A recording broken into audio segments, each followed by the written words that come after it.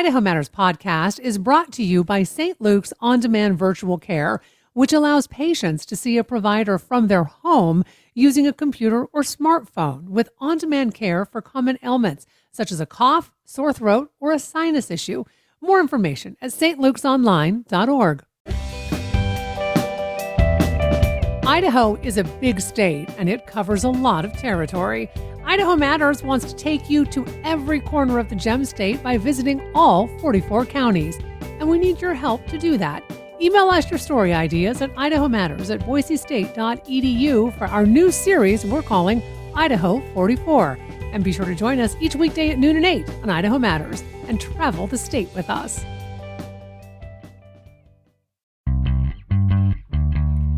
From the studios of Boise State Public Radio News, I'm Samantha Wright, filling in for Gemma Gaudette. This is Idaho Matters.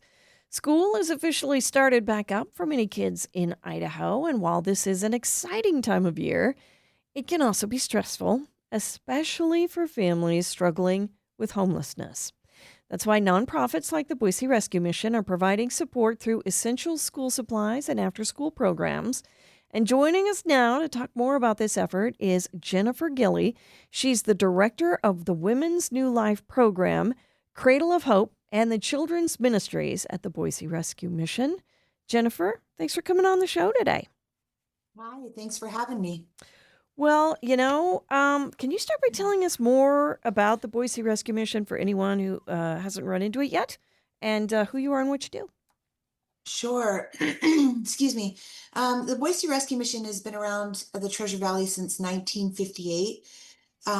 We provide, as you'd mentioned, services for homelessness and so much more. I mean, we've got programs that would just blow your mind. It's pretty phenomenal. And the neat thing about the Boise Rescue Mission is that we don't take any government funding. We haven't since 1958. It's all donor based. So the Treasure Valley, believes in what we do, and it's due to their donations that we're able to do this amazing stuff, for the people we serve.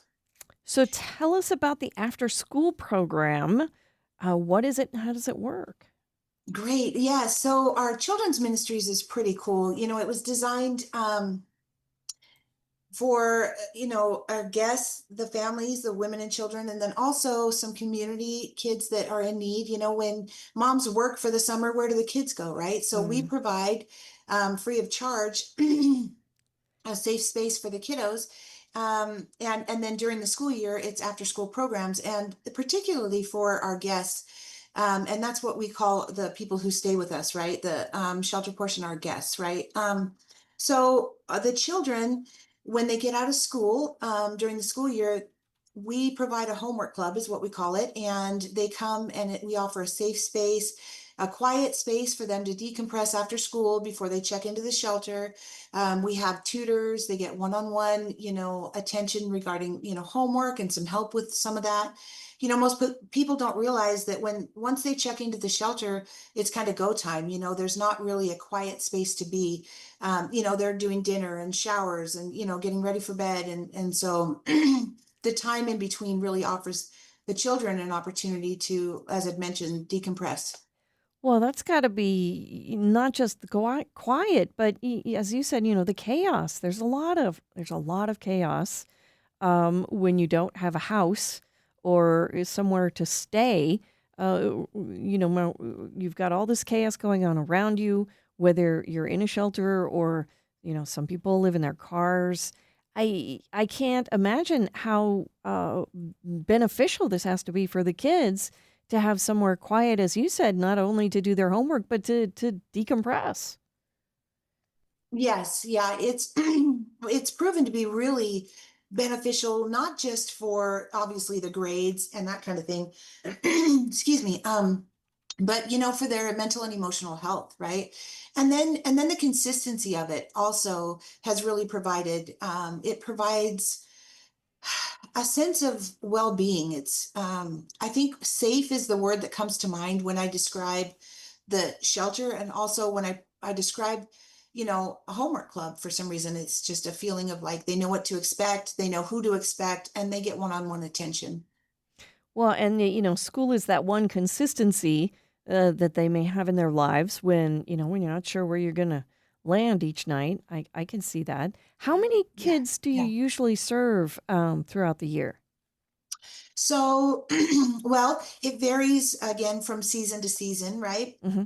Um, so through the school year, the numbers drop off. Our summer program this summer, we served over 65 children, Mm. and and that's between Boise and Nampa. And so it's a lot more robust. But throughout the school year, it kind of whittles down to, as I've mentioned, guests that stay with us or community kids that just need that extra, attention after school. And that usually varies between like 10 and 15 kids. Gotcha. We're speaking with Jennifer Gilly with the Boise Rescue Mission about their after school program. And we should also mention you just wrapped up your Summer Kids program. Tell us more about this one. Oh, I would love to. So the summers program is amazing. I mean, and this year especially was really just profound for the kiddos. As I'd mentioned before, it's due to donations from the Treasure Valley, but we have a donor that provides like a trip to Roaring Springs once a week for our kids.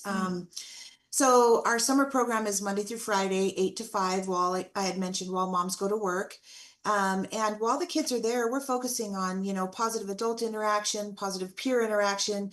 We take the kids out on outings once a day after lunch, typically, and they're going to places like they did Roaring Springs on Fridays. They go to the Discovery Center, 911 call center.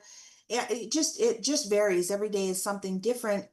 And, part of our goal is, there's been a lot of research on ACEs, which is adverse childhood experiences, and the effects that that trauma can have throughout a person's life. And what research is showing now is PCEs, positive childhood experiences, can help counteract those ACEs in a huge way.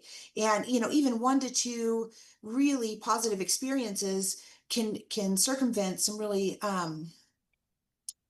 some negative effects of the trauma. So that's kind of our focus is again providing the positive childhood experiences, and these kids are learning how to number one, dream big.